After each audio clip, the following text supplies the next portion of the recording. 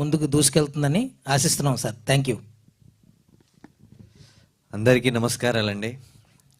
నేను pre release ఈవెంట్లో కూడా చెప్పాను, నేను మంచి సినిమాలు తీయడానికి వచ్చిన, డబ్బులు సంపాదించడానికన్నా కూడా మంచి సినిమా తీయడం ఇంపార్టెంట్.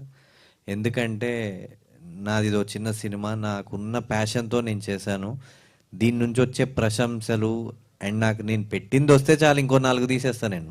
దాంట్లో అయితే నేను క్లారిటీగా ఉన్నానండి.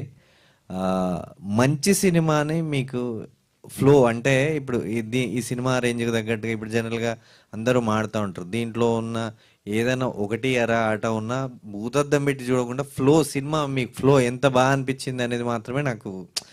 ఆల్రెడీ పొద్దున్నే చాలామంది మీడియా మిత్రులు నాకు ప్రశంసలు ఇచ్చారు, అక్కడికే నేను చాలా హ్యాపీగా ఉన్నాను.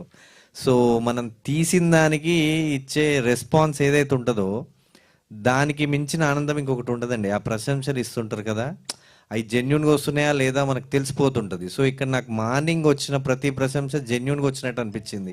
ఆత్మీయ ఆలింగనాలు అవన్నీ చూసిన తర్వాత నాకు ఎస్ ఐ డిడ్ ఇట్, నేను మంచి మూవీ తీశాను. So then audience will decide. Only నాకు మీరు చేయాల్సింది వాళ్ళకి రీచ్ చేపిస్తే సరిపోయిద్దండి. Thank you. నేను లాస్ట్ ఎందుకు అనుకున్నానంటే సార్